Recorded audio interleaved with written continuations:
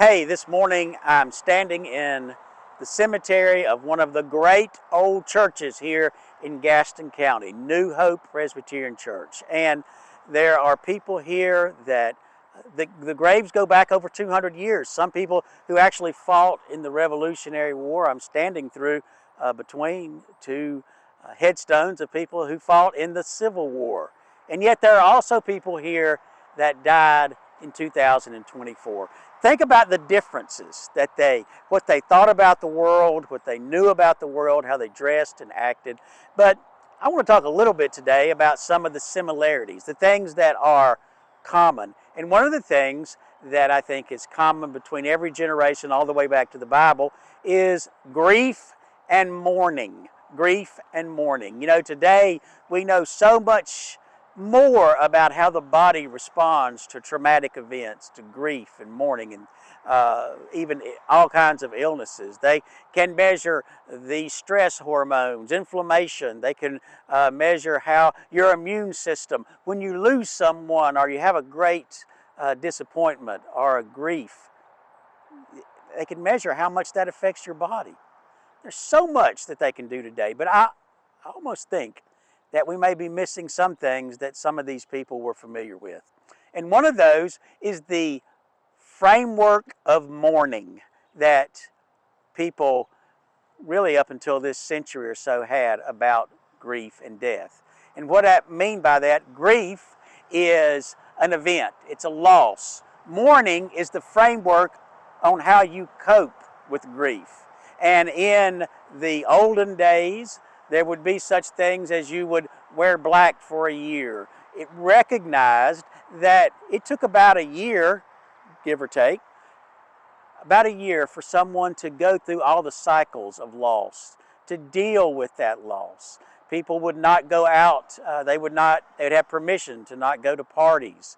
They would, their whole life would be influenced by that loss, which I think is something we need to recover.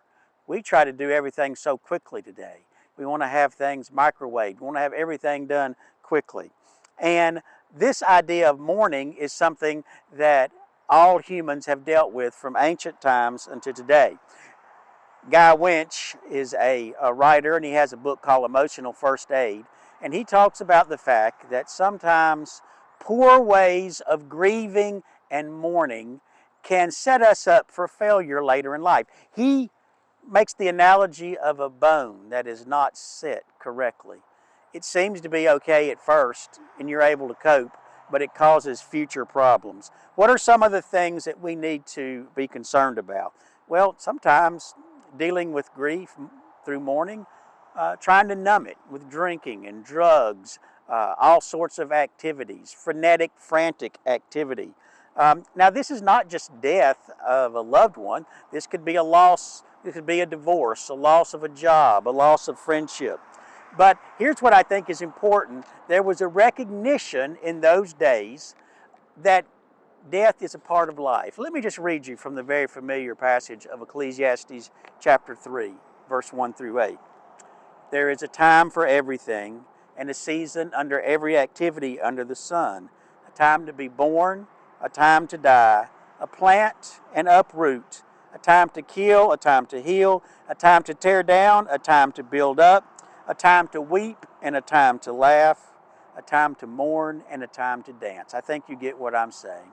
This is a part of life in dealing with death.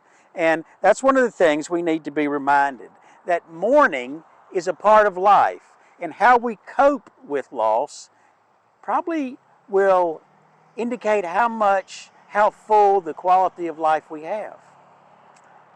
You know, and part of that is realizing that you are grieving and mourning. Remember when Adam was told by God to name the animals, to name the plants? We need to be able to do that also. We need to be able to say, what I'm doing is I'm grieving, thus I should be mourning. Because when you name something and you say that's what it is, sometimes it takes away its power. And it's able for you to be able to live and incorporate that in our life. We have to work and walk in the shadow of death, but we don't have to stay there. Let's remember that. Grief, mourning, coping. God bless you. I hope to see you soon.